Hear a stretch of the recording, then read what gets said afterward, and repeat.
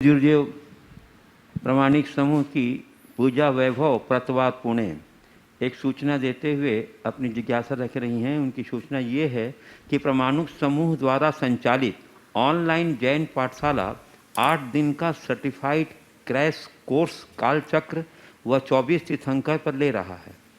आगामी 15 मई से 22 मई तक प्रतिदिन यह क्लासेज जूम पर ली जाएगी, जिसमें आधुनिक माध्यम से पढ़ाया जाएगा। यह क्लासेज 8 से 14 साल के बच्चों के लिए है।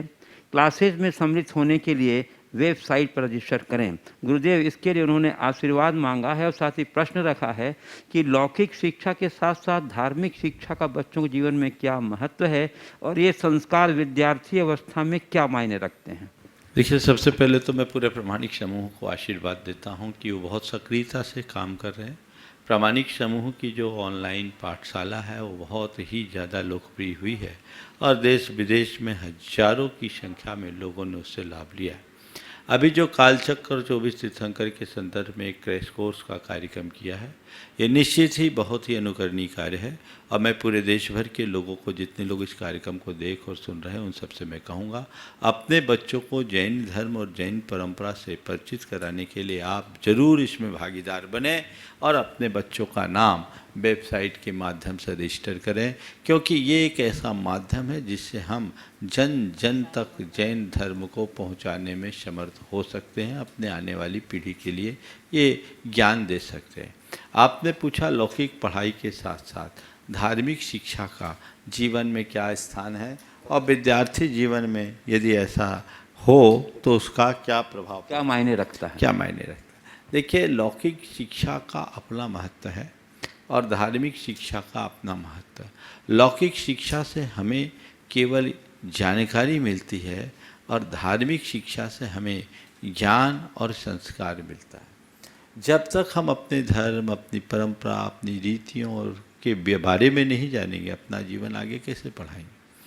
ये बातें हमें स्कूल में नहीं मिल सकती, किसी कॉलेज में नहीं मिल सकती, ये तो हमें घर से ही मिल सकती या धार्मिक शिक्षाएं जहाँ मिल रही है वहीं मिल सकती।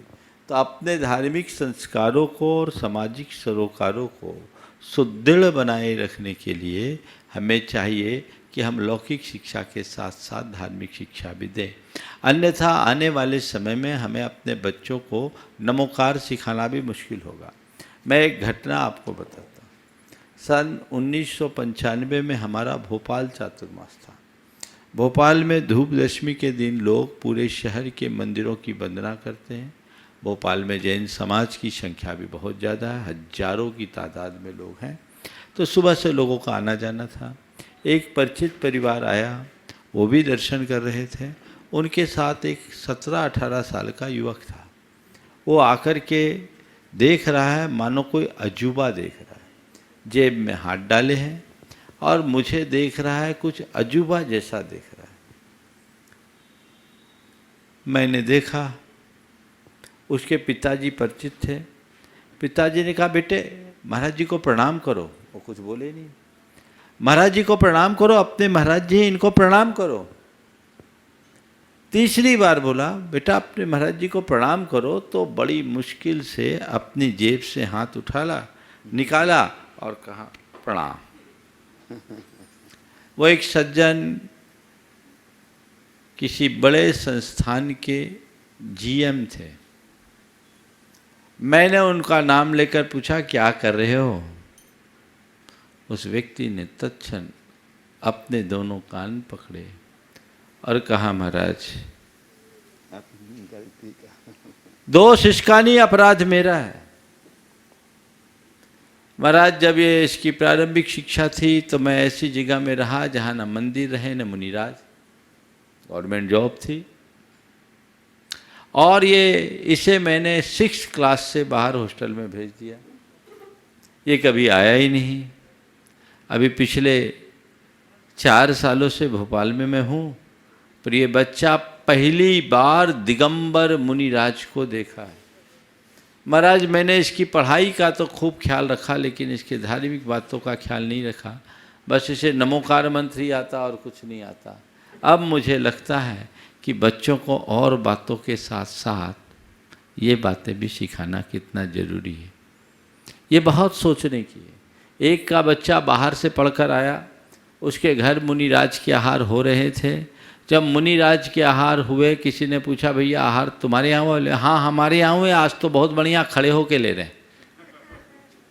अब उस बच्चे को क्या कहें, उसने कभी देखा नहीं, जाना नहीं, सीखा नहीं, तो क्या बोलेगा। तो मैं आप सबसे ये कहता हूँ कि आप चाहते हो कि आपके बच्चों में जैन धर्म के संस्कार बने रहे, आने वाले दिनों में नमोकार जपते रहे और तुम्हारे मरते समय तुम्हें नमोकार सुना सके, तो तुम्हें चाहिए कि उसमें समय रहते सही संस्कार डालो। आज के डाले गए संस्कार कल वट वृक्ष बनेंगे।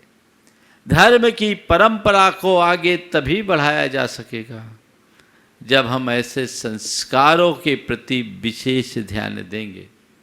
आज और बातों पर तो लोग खूब ध्यान दे लेते हैं, पर ऐसे संस्कारों की प्रायः उपेक्षा होती है। ये बात ठीक नहीं है। इसलिए हम अपने संस्कारों के प्रति जागरूक बने, संस्कारों के प्रति दृढ़ रहें। और ये विद्यार्थी जीवन में ही संभव है। 12-14 साल की उम्र पार कर जाने के बाद तो बच्चे तुम्हारी नहीं सुनते। तो जिस समय नींव बनती हो, नींव मजबूत करे, बचपन से ही ये संस्कार डाले। और आज के समय में ये बहुत अच्छी पहल है, ऑनलाइन पाठशालाएँ चल रही है। अब तो कहीं झंझट भी नहीं स्कूल भेजे, मंदिर भेजने की या और चीज़ में, घर बैठ कर के भी बच्चे बहुत अच्छा लाभ ले सकते हैं। और घर से जब उनको अच्छी प्रेरणा मिलेगी तभी वो मंदिर आदि जा कर के कुछ अच्छा कर सकेंगे। इसलिए मेरा सभी से कहना है, इस पर विशेष ध्यान दें।